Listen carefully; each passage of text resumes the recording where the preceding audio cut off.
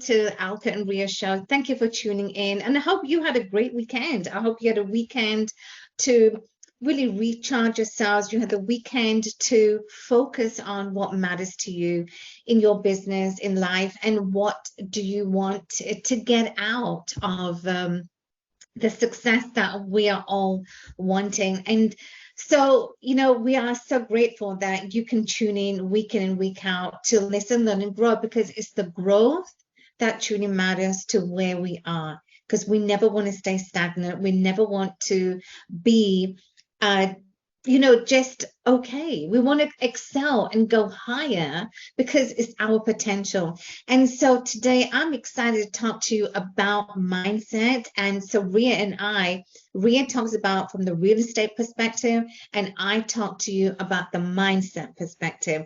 So with her and I, we just make a great team, and we want to always implore knowledge to you so that you are just really excelling in your life. So I want to acknowledge each and every one of you for tuning into the show, and welcome to the new people.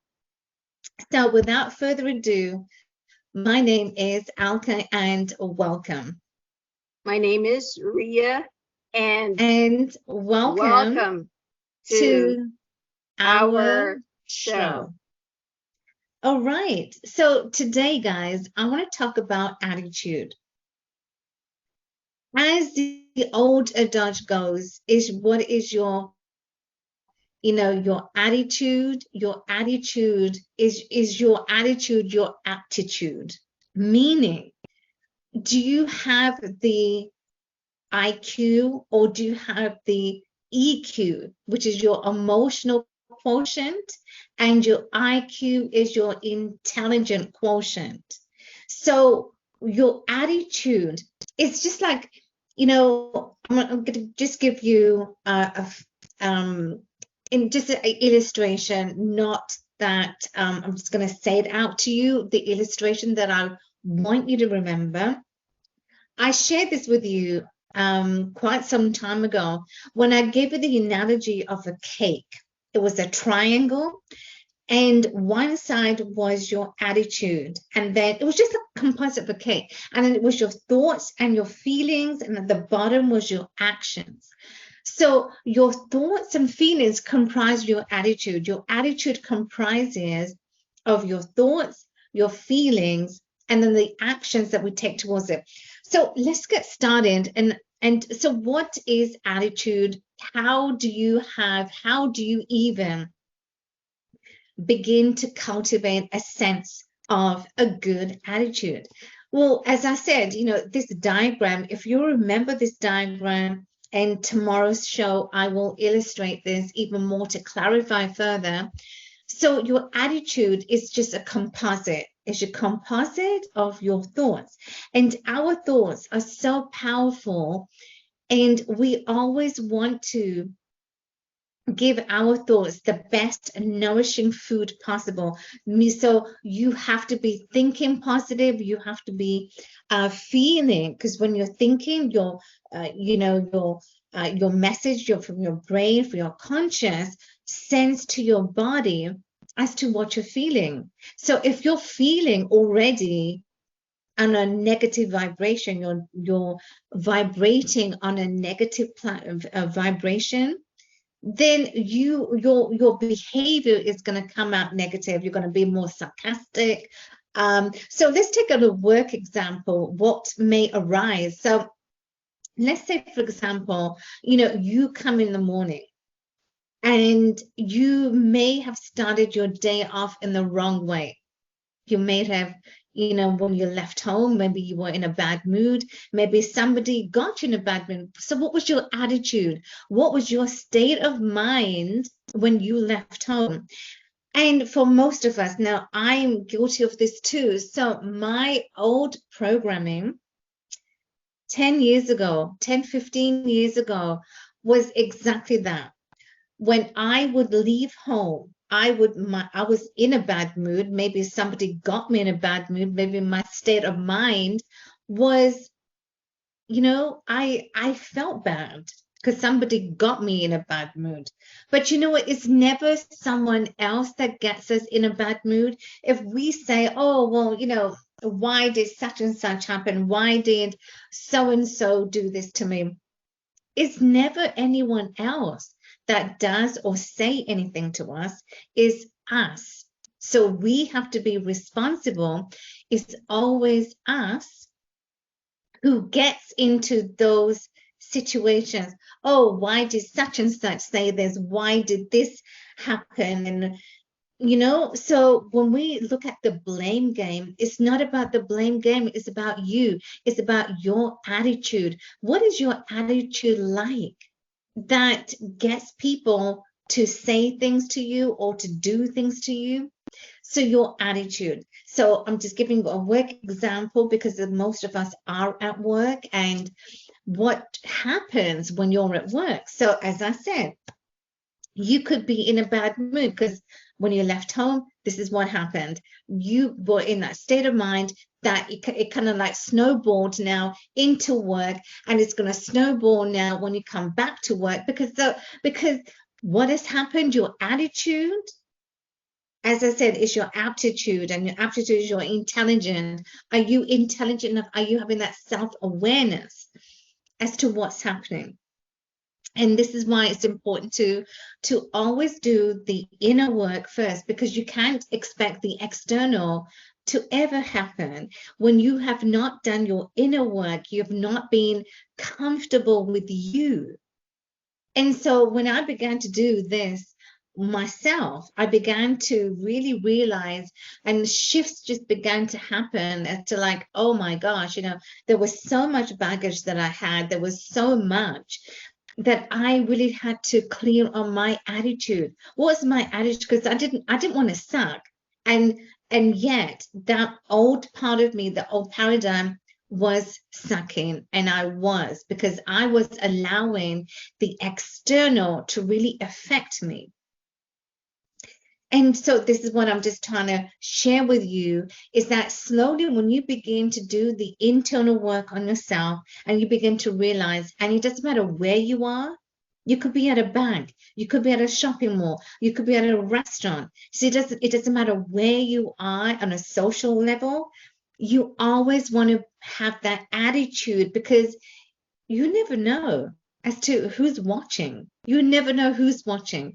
And if someone sees you, especially if they know you at the bank, if they know you in the restaurant, if they know you, right, and you do something, you could yell, you could do anything.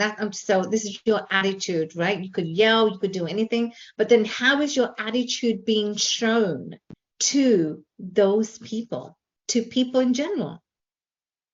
So this is what I just want to share with you today, because I know there's a lot when it comes to mindset. There's a lot when we have to get rid of our old paradigms and now shifting into the new ways of doing things to really accommodate our minds and our thoughts and feelings.